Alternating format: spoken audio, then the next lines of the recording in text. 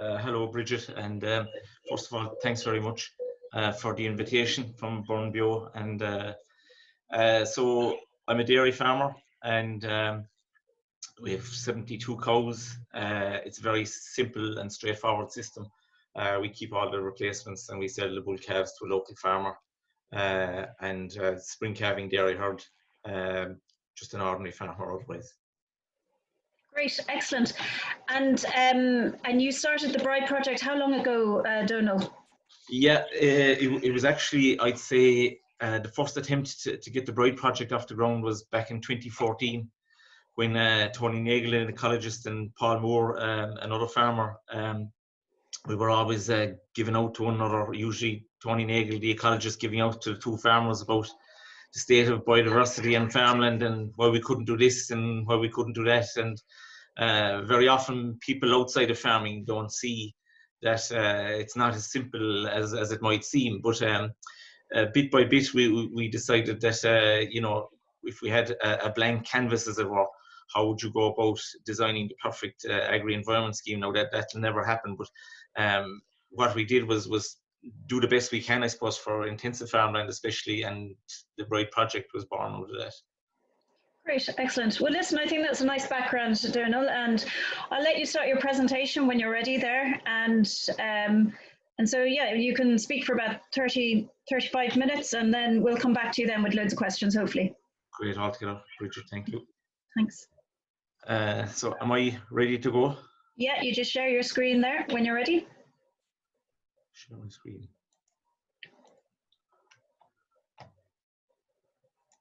Okay, all right. Can you hear me, Bridget? Yeah, I can hear you. Yeah, you just have to press the green button, share screen. Hi. On the banner of if you're in Zoom still. Yes, if not.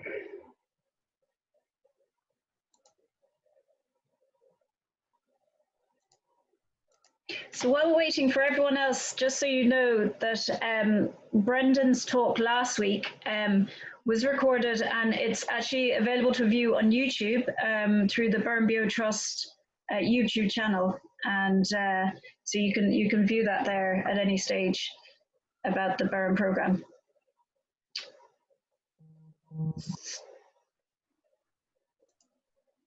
Okay.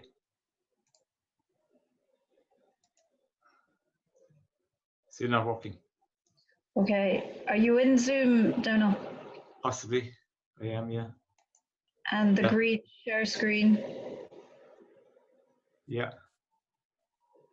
There we go. Brilliant. Sorry, folks. No, you're great. These things happen. So you just have to click on from beginning there. Yeah. Okay. Are we ready? You're good to go. Okay. That's farmers and technology for you. Still, this is very unorthodox for me. Not that I'm used to doing presentations in the first place, but certainly doing them via the internet takes a bit getting used to. So sorry about the hiccups. Yeah. So what I'm going to talk to tonight about is trying to improve biodiversity on farmland. In particular, I suppose intensive farmland, but it could be any type of farmland really, and to make people aware of the habitats. And first and foremost, can I say, as I already have, is thanks to Bridget and Burn Bio for the invitation, and thanks to everybody who's listening. I'm not sure how many people are out there now, but it's very rewarding that people would take time out to listen to any information or advice they can get on improving biodiversity, and especially farmers. So farmers out there especially, you're very welcome, and non-farmers alike. There's a bit of a job to be done, but it's very possible to do it, and I hope that you'll all get something out of this. So following on from Brendan's talk last week, and we're always following on from Brendan and the Burn project, the Burn Life project, I don't want to repeat what Brendan was saying about results-based payments, so I'm going to give a brief rundown about the Bride project before I go on to discuss the habitats that we all have and how we should manage them, and just to acknowledge the results-based payment system that Brendan and the Burn Life farmers have implicated in their own farms. We're trotting after them, but we're getting there. So the Bride Project, it's an EIP, it's European Innovation Partnership, funded by the Department of Agriculture and the EU, and these are our partners here: Birdwatch Ireland, Teagasc, Bord Bia, Glanbia, Cork County Council, KEPAC, and the National Biodiversity Data Centre. So it's always very important to get the location right, and we are down here in that red area, down in the lower part of your screen. That's actually the second biggest country in Ireland, not to forget that.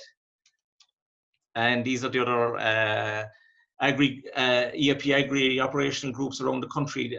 They're all really forward-thinking groups, and we liaise with a lot of them and get great information.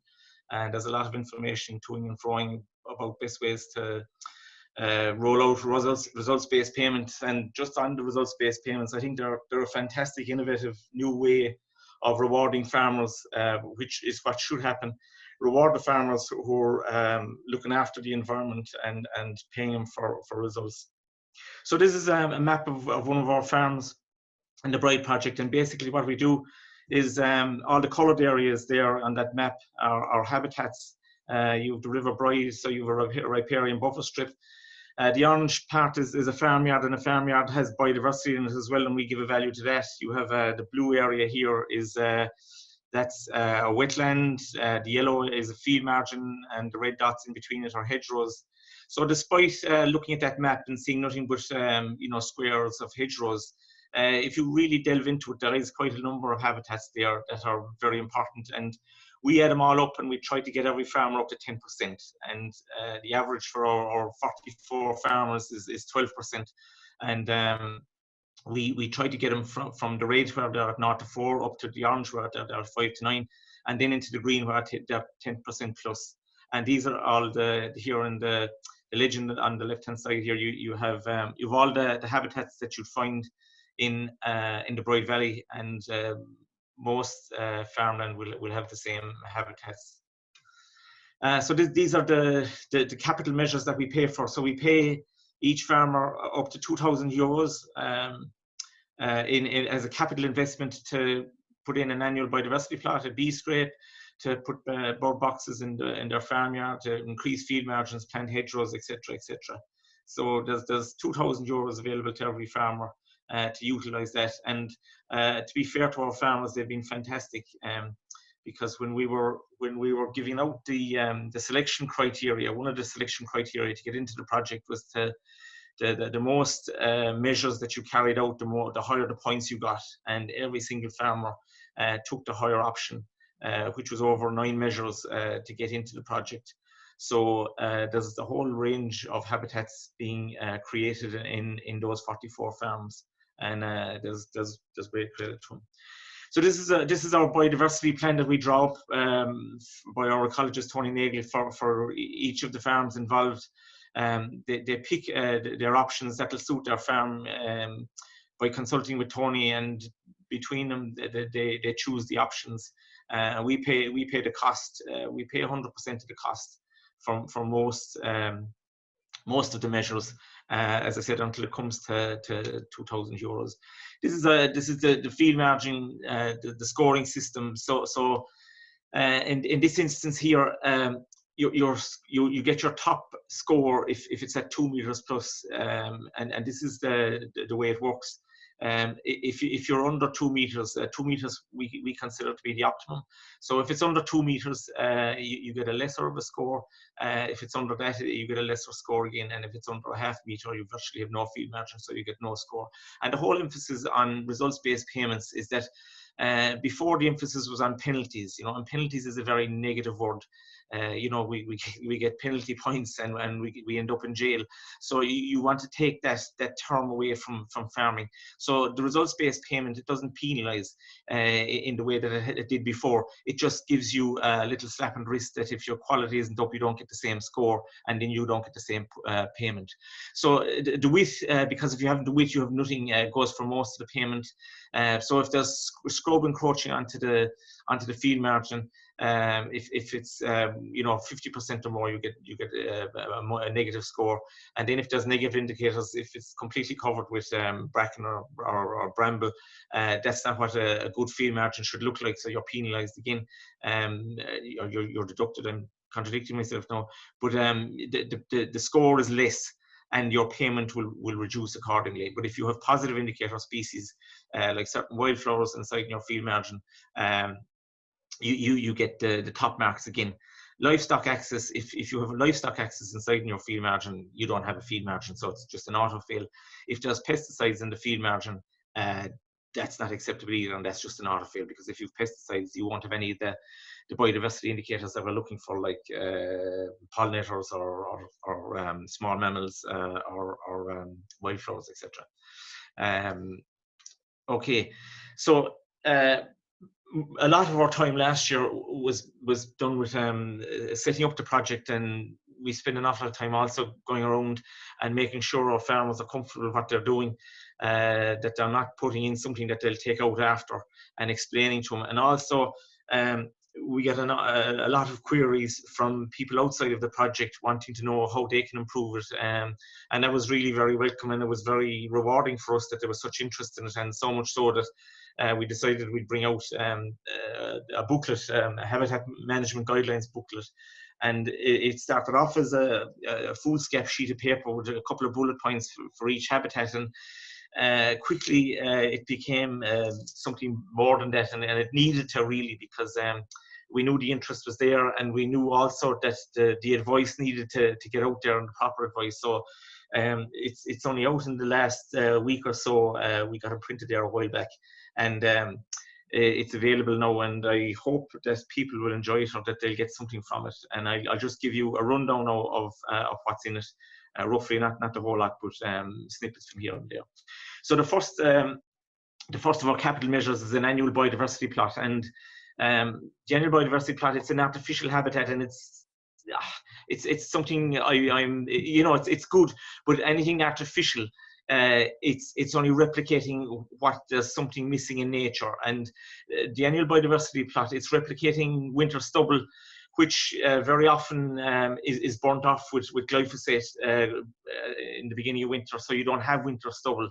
So what we do then is we plant this biodiversity plot that has certain species that'll seed right on into the autumn and the winter, and it provides seeds for wild birds during the winter time. But it also, as you can see in the picture there now, it's an absolute gold mine for pollinators during the spring and summer, when you have all different species in bloom, and it is an absolute, it is alive with pollinators. And it's I suppose the best part of it is a real feel-good factor if you're walking it in your own field and you see this small little plot with full of wildflowers.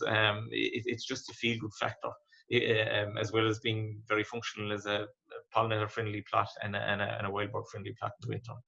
So that's what it looks like in the winter, and you can see here in the foreground the pods of most of the forage rape, and wild birds will, finches and small birds will relish these, and it doesn't look great now, but that's the way it should look. That's the way it's supposed to look in the winter time, and that'll be full of linnets and finches and lots of other small birds, as well as small mammals.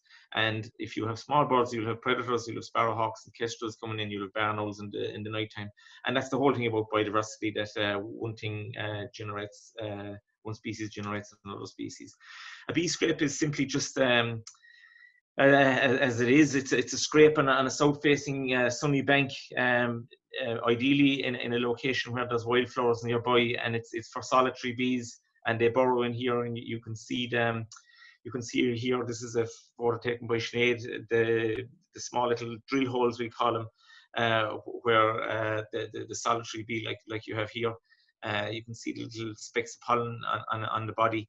They come in here, and it's our pollinating expert Tom Gittings was telling us that he reckons that that this is a limiting factor, that if there were more of these bee scrapes, there'd be more solitary bees in the surveys he did for us in the first year of the project. Barn owl boxes, so in all our farmyards, we encourage our farmers to put up nest boxes. And you know, people will say, "Oh, sure, you know, what did they do before they got nest boxes?" But the idea of a nest box, especially in the farmyard, is farmyards before were, you know, full of nooks and crannies. There were holes and stone walls and things, but all of those are gone now. So we have to replicate artificial nest sites, and so putting in a nest box for a barn owl, or in this case a house sparrow or a starling, it's important. And the thing with, okay, you'll say, God, you have loads of sparrows. Sometimes, you know, sparrows are in trouble across Europe, and starlings are in trouble, and we put up nest boxes for them, because you kind of can't have favorites when you're talking about biodiversity. You know, you might love to have the barn owl, but you have to have the starlings and the sparrows as well. And most of all, I think it's listening to farmers about the other agri-environment schemes. When they put up nest boxes, you know, they were waiting to see if anything would go into them. And you know, Tony Nagle goes around and he takes the trouble to identify suitable locations and make sure that that they're put in the right place, because the last thing you want really is to put it in the wrong place. And every farmer, you know, every farmer loves to have goals and to achieve goals. And you know, you like, if you go to the trouble of making a nest box or buying a nest box and putting it up, you'd like to see it taken up, even if it has a sparrow rather than a barn owl. Bat boxes, we put bat boxes in all the shades. All the farmers have bat boxes, and they're gone up in all the shades now. 100% of our farmers now are rodenticide free, and that is a great credit to them. You know, we've subsidized other rodenticide alternatives, such as rat traps. This is another rodenticide alternative called Fido. You can't beat it. And this is a new trap that came out. It was at the ploughing match last year. So some of our farmers have purchased this as an alternative to rodenticides. And the problem with rodenticides, of course, is that barn owls and other predators will pick up rodents that have become contaminated with rodenticide, toxic rodenticides, and it results in their death as well.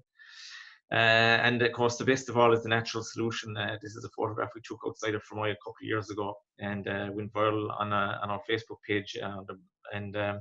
As you can see, the nest there is full of bankvoles and rats, and also these are the pellets that they cough up, and then of course the 3 barn owl chicks. So don't ever kind of veer away from nature. You won't be going too far wrong. So the pollinator plot is whereby we give each of our farmers a mixture of wildflower seeds, native wildflower seeds.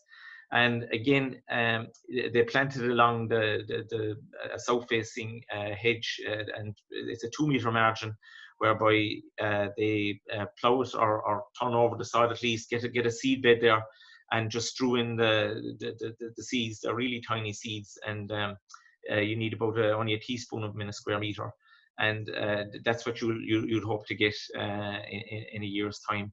And again, it's an artificial habitat, you know, and that we're planting it, but what it's doing is it's replicating what should happen on the right hand side of the electric fence there. In most of our grassland, you know, there's very little wildflowers, and you know, going back 50 or 100 years, it was in the fields that all the wildflowers were. Whereas modern farming now has done away with a lot of those wildflowers. So we're kind of replicating inside here, which isn't an ideal habitat now because it's competing with the hedgerow. But nevertheless, it's where all you get your pollinators. So a total no-no is putting pesticide inside here. But for management purposes, what we want you to do is to flail this every year in the winter time when all the seed heads are gone off it, so that it gives a chance to these wildflowers down here to grow next year, and so that the hedge isn't coming out to cover it. So you want to keep that hedge back, and you want to keep this this margin here. You want to keep that cut, and one run of a flailed hedge cutter will manage this every year very quickly. And you need that kind of management, or else all you'll get is the hedge. So here you have 2 habitats. You have your field margin here, and you have your hedgerow here. And If you don't have that field margin, you only have one habitat, and we pay, our results-based payments pays on habitats. The more you have, the more you get paid. So this is the change of mindset that's needed, and this is very difficult for farmers, because I suppose we're so used to manicuring our farms. We've actually made our farms similar to our gardens. We've kind of got a bit confused in that, whereas really our farms should be more veered towards nature and keep your garden whatever way you want to keep it. But flailing a hedge like that, yes, you have lovely, neat and tidy hedges, but they never mature, so they very rarely get a full bloom. And it's just not what we want now for biodiversity, and not to mention carbon sequestration as well. So this is what we call, I suppose, a D-grade hedgerow. Now, there's something very positive about this also, in that you know, it's a very thick hedge and it's very dense, and that's very good. But again, it hasn't the opportunity to grow and bloom and blossom and send out all that lovely blossom for pollinators, or berries or seeds for wild birds during the winter. So ideally, what we want is to side trim your hedgerow like you have here. So first of all, this is fenced off, so you have protection from livestock. You cut the bottom 6 meters, we'll say, and then you leave a canopy on top that the blossom will come out, and the seeds and the fruit. And like I mentioned already, you don't want this area here coming into the field margin, because that'll do away with your second habitat. You'll be left with just a hedgerow. So to keep this margin, a field margin, and to keep it as a habitat, you need to side trim it. So contrary to what one farmer said to me, we won't put any hedge cutters out of business at all. As a matter of fact, they'll be actually probably busier if you manage them the way we'd like you to manage them, which is kind of little enough and side trim only. And that's really this is what you're looking for next autumn. When you can see all the berries there, you can see the different shades, which is the different species, and you can see the density of it. And you know, you're not going to always get this, but that's what you're striving for. And you can imagine the amount of carbon sequestration that will go on here with the amount of foliage that's on those shrub species. So invasive species, I'm not going to say a whole lot about invasive species. This is giant hogweed here, and you might not have it in your area of the country, but they are problematic. You know, there's things positive about them. I mean, they're actually great for pollinators, but on the downside of it, they erode the bank here. You know, they have big rooting systems, and during the winter, when there's winter floods, the flood water will erode the bank, and it leads to bank erosion. And as well as that, then if they take over, they'll do away with a lot of our own native wildflowers, and of course there's a health issue with giant hogweed as well. But there are a lot of invasive species. Giant hogweed is one of the ones that is problematic in the Bride Valley, along with Himalayan balsam and snowberry, and a couple of other traveller's joy, or old man's beard as they call it, is another one. So anyway, it's just to be aware of those things. If they're on your farm, they probably will get worse if they're not controlled. Multi-species grassland is kind of topical in the last year or two, and it's still very much you know, being trialed by research. And what it is really is trying to replicate the old pasture land that was there before the monocultural ryegrass was put in. And monocultural ryegrass, which is here on your left hand side, you can see the clover and grass. It has stood us very well, but there is a train of thought now that you know, if there's only 2 species of plant, you know, is that going to limit an animal's intake or an animal's dietary requirements? And is putting in a multi-species sward, which you know, you look at the photograph there now and you say, oh, you go for the left-hand side one any day. But this is being grazed, and a lot of the species that are lost, the birds in particular, corncrakes, skylarks, meadow pipits, all of those birds that are on decline, the ground nesters, it is this kind of structure that's left here now, where you have little tufts here and there, and we're so used to having a sward left over similar to this, where it is bare down to the last. And you know, the bad news for this type of sward is that it will never hold any of the species that are in decline, because it's just uniform and it'll be grazed down to the last. And whereas later on in the season, you'll get these tufts.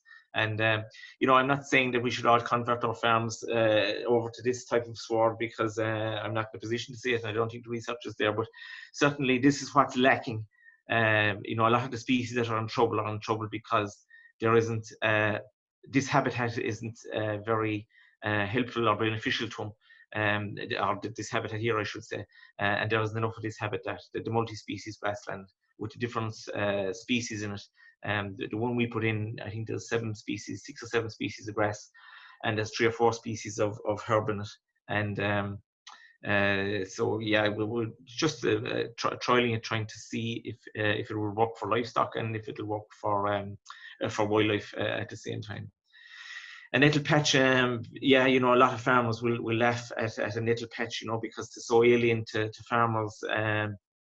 You know, that we'll be actually looking after things like nettle patches. But as I mentioned before, nettles are the food plant of 5 different butterfly caterpillars. So there's 5 species dependent on it, and if you won't have nettles, you don't have those caterpillars or those butterflies. So just having a patch like this in one field in your farm, you know, it's not too much to ask. And funnily enough, we don't seem to get them inside by the hedge. There's nettles inside by the hedgerow, I'm sorry, but that doesn't seem to count, because I don't know whether it's near the hedgerow and near predators or what.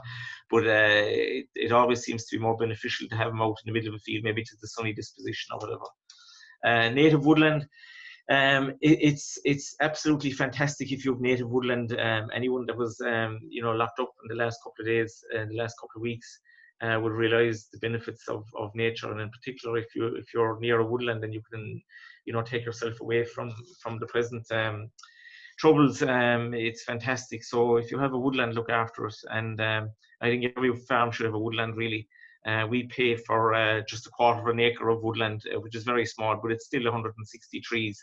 But you know, your children and your grandchildren and those people, whoever that will come after you, will appreciate it if you won't. It's a long-term investment, and unfortunately biodiversity doesn't have a value, but you have to put a different kind of a value on all of these things. That's the unfortunate thing today. Everything has a financial value, but I think we've realized, as I said, especially in the last month or so, that there's a value on these things that don't have a financial value. So this is our 2-meter field margin, probably the most controversial, and farmers keep giving out about it.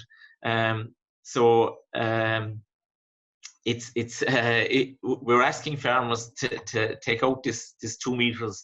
So a lot of farmers would have the cattle grazing right up to the edge of the hedge, or if you're a tillage farmer, you'll have your crop going right up to the hedge. But so we ask them to take the wire out 2 meters. And that's all that's doing really, is just giving a small bit back to nature. If you think back 5,000 years ago, all of this land would have been covered in oak woodland, and bit by bit it was taken away until, you know, now we're taking away the last of the hedgerows. So what we in the Bride Project try to do is just take a small bit, give a small bit back. It's a 2-meter field margin, and it's really important because this is where your pollinator loss is. These are where all your small wildflowers are, where your small mammals are, where you'll have some birds nesting in the dense cover here. And you know, I remember when I started doing this myself, my mother came out and she saw this big, huge, wide area because we had been grazing right up to the edge of the hedge as well. And she said, God, she said, you keep a herd of cows inside there, and you know, when it did happen, it looked like that, but then the hedge comes out a small bit to meet it, and then you have these beautiful wildflowers coming up when you give them a chance, and lo and behold, it doesn't seem as bad then afterwards. So once you can get over it, lads, you'll be fine. A pond, I think we've 37 out of the 44 farmers are putting in ponds. So we try to improve biodiversity on the farmland, but and we measured in 2018 and we measure again in 2023. But the pond will be guaranteed to improve biodiversity, because if you haven't got a pond this year and you have a pond next year, you'll almost certainly have dragonflies. You'll have, you know, a lot of the invertebrates that you get in ponds. You'll probably get frogs, and you'll get specific wildflowers that will only thrive in ponds. And it's a lovely feature to have on your farm if you can have it. Not every farm is suitable because they might have a water source, but it enhances your farm, and it's like the woodland really. It's a real feel-good factor when you go out in the morning or go out on a sunny day, and there's something about looking at water, as we all know.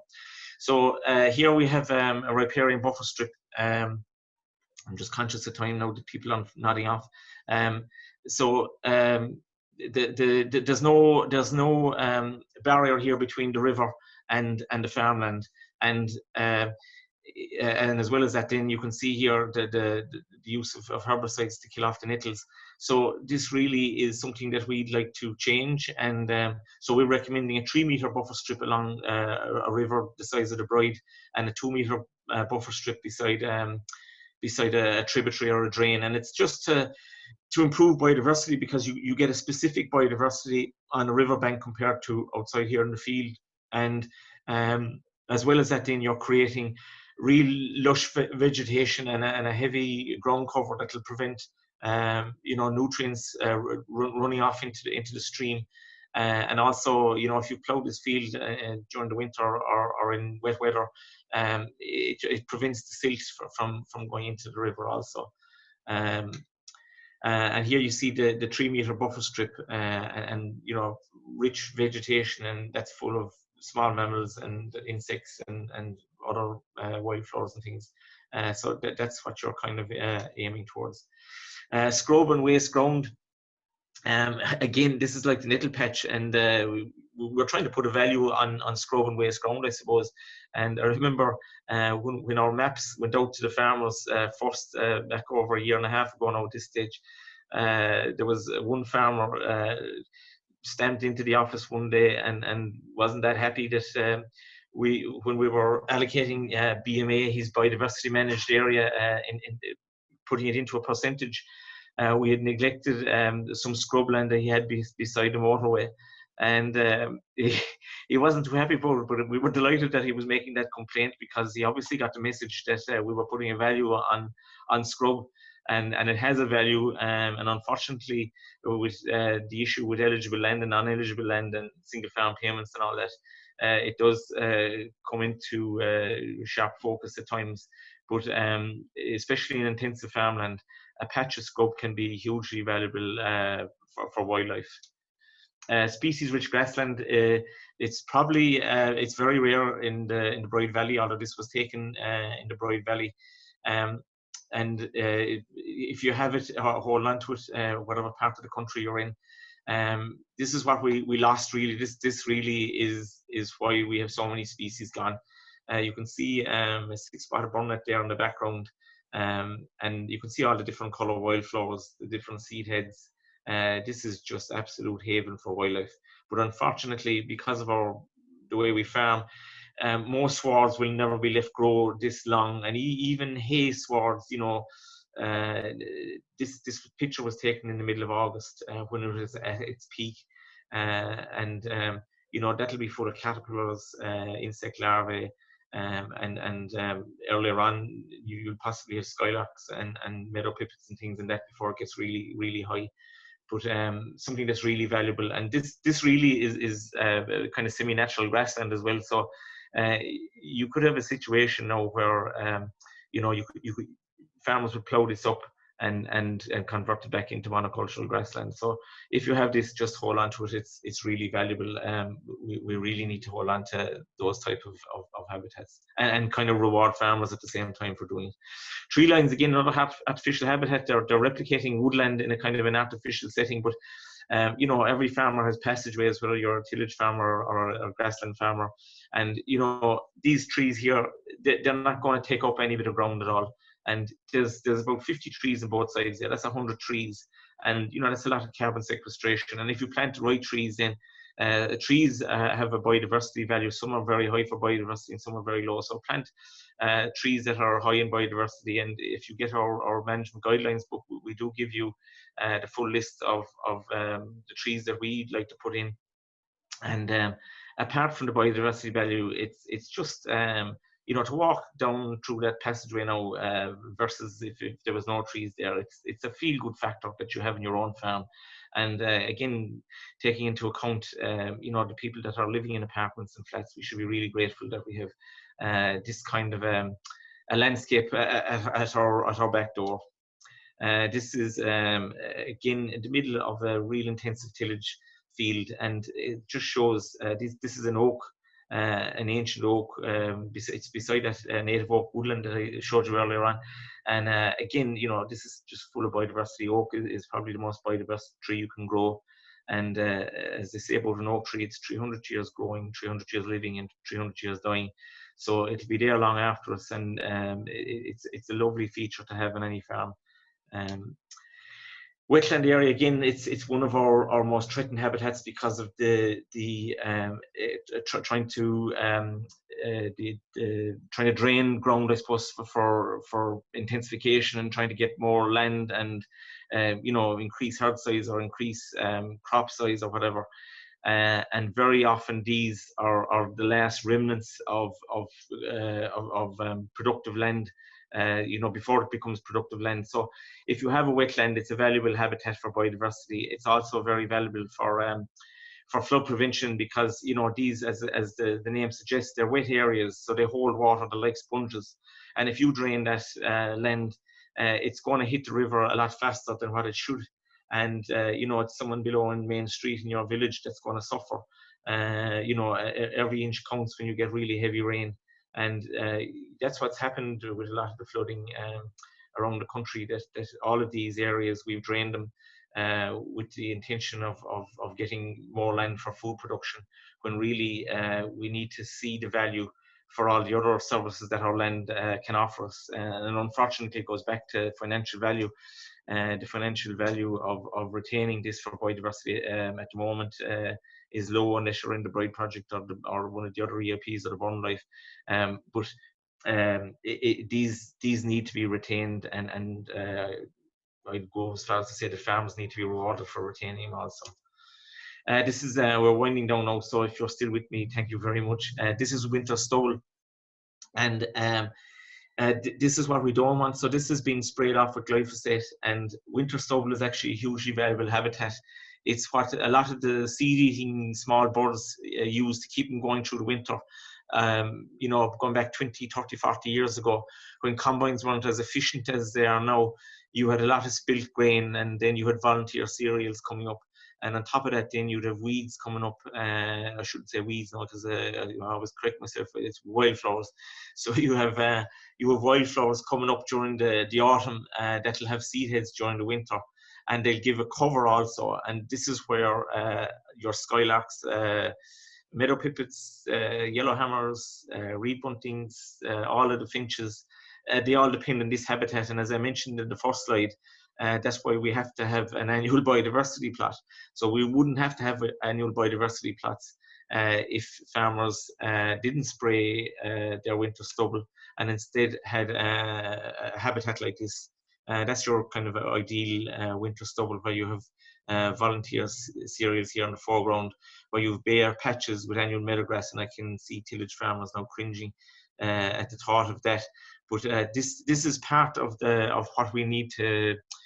I suppose we need to tolerate these kind of things, you know, the high hedges and the nettle patches, you know, the scrawny field margins and the winter stubble that might be grating on ourselves as farmers, but trying to tolerate these habitats for you know, a higher good, if you like, is what we all should be trying to do.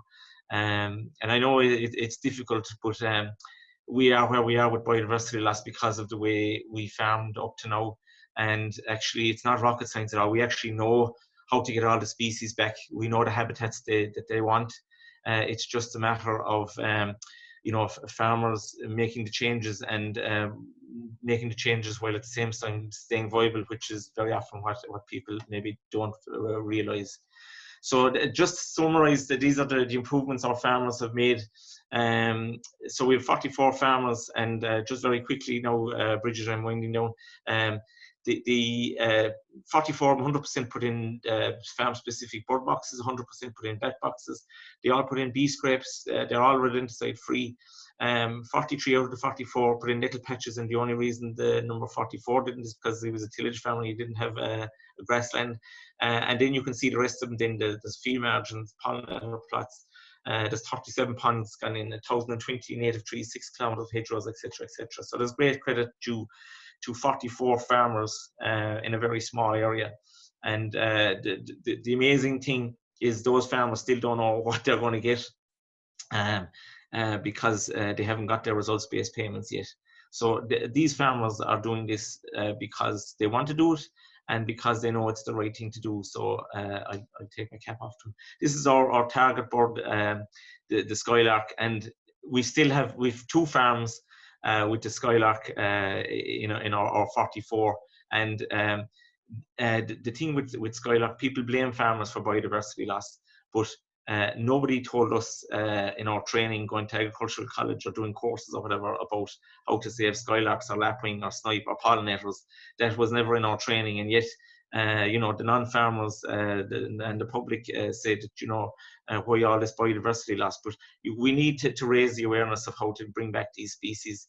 And you'll be delighted to know that our 2 farmers have their skylarks back this year, and they're looking after them every time the cows go into the skylark paddock. The nest site is located and fenced off, and that's the kind of effort that's going in. So this is our habitat management guidelines book. As it's just out, and I want to acknowledge the role of Sinead Hickey and Tony Nagel in developing or designing that booklet. And I hope that people will find it helpful and beneficial. And yeah, I think that's it. Bridget and Pranjali, thanks very much, everybody, if you've stuck with it and that you didn't switch over to EastEnders. It's very humbling for me that people, anyone at all, would listen. So anyway, I hope you enjoyed it. Thanks very much. Thanks a million, Donal. That was amazing, and it's impressive to see the impact that such a young project is making and the achievements that you've done over the last few years. So thanks for sharing that with us. Just very quickly, before we go into the question and answers, and you have quite a lot of questions, so we might not get through them all.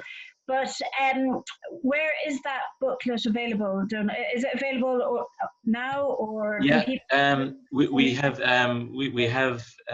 hard copies, and it's I'm plugging it, but it's free of charge, so we're not getting anything for it. And that came out of our budget, and I presume Eileen Delaney and Margaret Murray aren't listening, so it wasn't supposed to come out of our budget, but it did come out of our budget. So it's we have hard copies. I don't know how we get it out to people if they want it, or whether there'll be a demand for it. I don't know, but it'll certainly be available on a PDF shortly, I'd say. So it'll be downloadable, yeah, free of charge. Okay, great. So when if people follow your social media sites, you'll be announcing it there, presumably. We will, yeah. We want to get this out, and we feel that, you know, there's a lot of effort gone into it, and like I said, I don't know, we've got no feedback because it's only just out, but I hope it'll be beneficial and it'll help farmers, because we get a lot of queries from farmers, and it should be helpful. And maybe if people wanted to send you a stamped addressed envelope, perhaps. Yeah, I'd say that's probably what we'll do. Sinead will probably put that up on our social media sites in the next couple of days, a self-addressed envelope, because whatever about paying for the book, the department definitely won't want to be paying for all those stamps. So yeah, that won't be a problem, I'd say, yeah.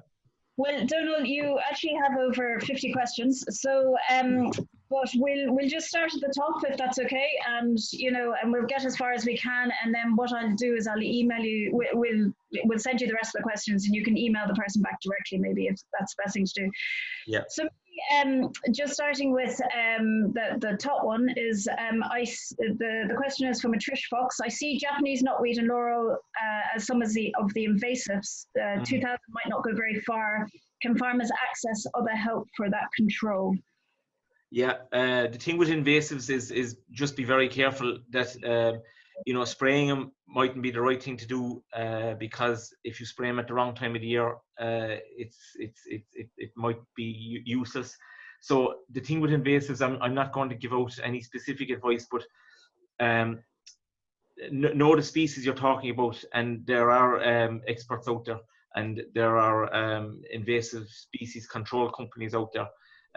But a lot of Himalayan balsam, for instance, can be pulled. You know, it's quite easy before the flower comes on it, when it's about, you know, 2 feet high, before it becomes, and it comes away quite easily. But if you have acres of it, which, you know, that can be as bad as that in certain areas. It's not the easiest task to go manually pulling it. Giant hogweed, you just don't touch it, because there's a problem with it's an irritant. Traveller's joy is an irritant as well, but it can be pulled off because it'll destroy hedgerows. So really, with invasive species, Japanese knotweed in particular is hugely problematic. In that it can spread, the little pieces that you break off can grow elsewhere. So it's get the right advice and make sure you're not doing more harm than good. Yeah, fair enough. Donal, before I ask you the next question, I'm just wondering, can you stop sharing your screen so we can see you in the big window? I'm just yeah, I'm not sure anyone wants to see me in a big window now. That's better. Anyway. The next question is from Joan McDougall. What's your view on agroforestry? I think it'd be very difficult, Joan, in the land around here, because it's kind of it's an artificial habitat again. You know, woodland is generally enclosed, whereas agroforestry, you're grazing around it. It's okay, I suppose. You know, I don't want to be downing it because I don't know enough about it, but it would be difficult with regard to cows or anything, because you have a habitat whereby you've semi-shade, and then you're not going to get as much wildflowers underneath it. But I suppose it's better than green fields of monocultural ryegrass, which I have myself now, by the way, because I don't want any farmers saying, you know, you can't be downing us like that. But it's better than any tree is better than no tree. So agroforestry, it'll work for some people, I suppose. Yeah. Okay, this from Anonymous. What would you say has been the main hurdle to overcome getting so many intensive farmers to move from the attitude that every inch of land needs to be for production instead of for nature? Okay, that's a good question. Hurdle? I think there was never a problem with any of our farmers once we explained that this is what's causing the problem and this is what the solution is. I think that there's a huge problem of lack of awareness, and there's very little direction given to farmers, and no training whatsoever. They don't realize, a lot of them, that, you know, what's doing the damage. So when they don't realize what's doing the damage, you know, they keep going. So most of our all of our farmers came on board, as I said already, not knowing what the payments were. They just wanted to do the right thing, and I would hope that we gave them good advice, you know. And I don't think it's I don't think farmers are the problem. It's just making them aware and getting the message out there, and that message needs to come from, you know, the industry itself, as well as EIPs like ourselves and yourselves. It's not highlighted enough by the dairy industry or the food industry in general. You have you know, you have the retailers and the consumers wanting all this cheap food, but when it comes down to it, farmers have a living to make, and the more they can only make as much income as the land they have. So there's pressure all the time on the land, and to give that land back into nature, as we call it, it's difficult for them, because that's the way that we were all brought up, and that's the way we were trained. But I think when you explain that these habitats have another value, not just waste, then you start making huge inroads, much more so than paying out money. I think if the money should be put on advice and training, I think it'll go a long way. Next question is from John Galvin. Where did the impetus for topping hedgerows come from in the last decade? The impetus for topping hedgerows, I'd say it's just the kind of the urge to have your farm tidy.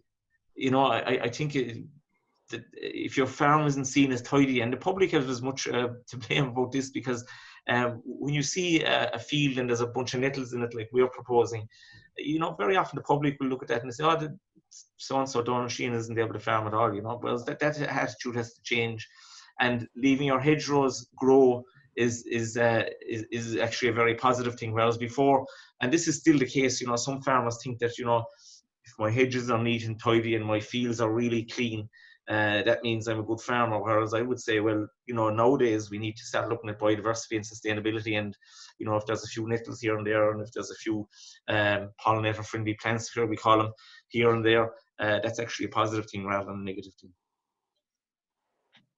Perfect. And that actually moves on to the next question. Have you or will you be recording or reporting on the carbon that is sequestered and stored during the actions taken on this project? We'd love to, but probably not, because we're so limited to do that kind of research. I mean, there's 101 things that could be got out of this project. You know, like we've recorded all the biodiversity in year 1, and we'll record it again in 2023. But there's 101 other things that could be recorded, and I'd love to record them, but probably not. No, but that would be a really interesting one, yeah. Naomi Barry asks, hi, should gorse be controlled in a hedgerow? Not in a hedgerow, I would say, because it's just, if it's part of the hedgerow, it's just another species. So not in a hedgerow. It should be trimmed the same as everything else. It'll encroach onto the field. But if it is encroaching onto a field, then you have to realise that at some stage, if you leave too much of it encroach onto your field, your income is being hampered. So it's a matter. It's fine in a hedgerow. It's like any other species. It's part of biodiversity, but you have to decide then when it starts encroaching to cut it back. Perfect. With the perennial ryegrass swards, has a clove mix been tried to increase biodiversity in the ryegrass fields? Yeah, well, if you've clover in it, it's a wildflower. So clover is hugely beneficial to pollinators. So clover and perennial ryegrass, you have 2 species there. So yeah, any clover is very good. Mm-hmm. So yeah. I'm just looking at time there. It's 5 to 9, so we'll wrap up now. There's at least 40 more questions for you, Donal. So apologies to all those people whose questions we couldn't address today, but Donal, we'll try and email them to you, and maybe in your time, if you're able to respond to them, then I'm sure people will appreciate that. Thank you so much for your fantastic presentation and the question and answer sessions. It was really inspiring. Before we let you all go, I just want to remind everyone about next Wednesday's webinar, which is with Juanita Brown from National Biodiversity Data Centre. She is a project officer on All Ireland Pollinator Plan, and the Pollinator Plan, as you may know, is all about everybody coming together to make Ireland a better place for pollinators, you know, so that they can survive and thrive. So she will be talking about all the actions that we can take in our own gardens and all our own patches of land to save the pollinators. So if you have any questions for Juanita beforehand, you can email them to us at info@burrenbio.com. And so she can consider them in her presentation. And if you want to register for that webinar, you should be able to do that either through our own website, burrenbio.com, or the Farming for Nature website, which is farmingfornature.ie. We will put, for all those who missed, we'll try and put this recording of this webinar on YouTube, so you should be able to get a link to that as well. Thank you very much, Donal, once again for your presentation and taking the time today to talk to us. And thanks to Bridget from Farming for Nature, and to all our participants. Thank you very much, and see you next Wednesday. Thank you.